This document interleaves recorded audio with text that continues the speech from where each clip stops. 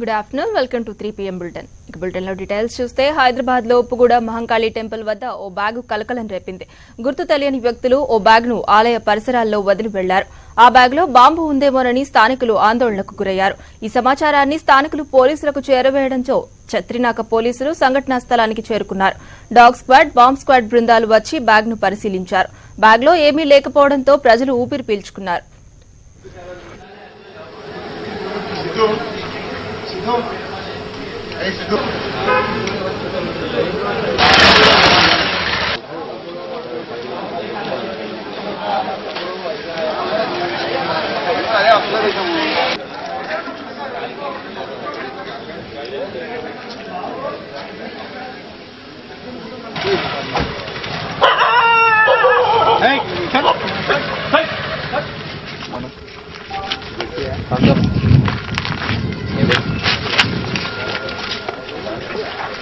light on कर दिया ना बस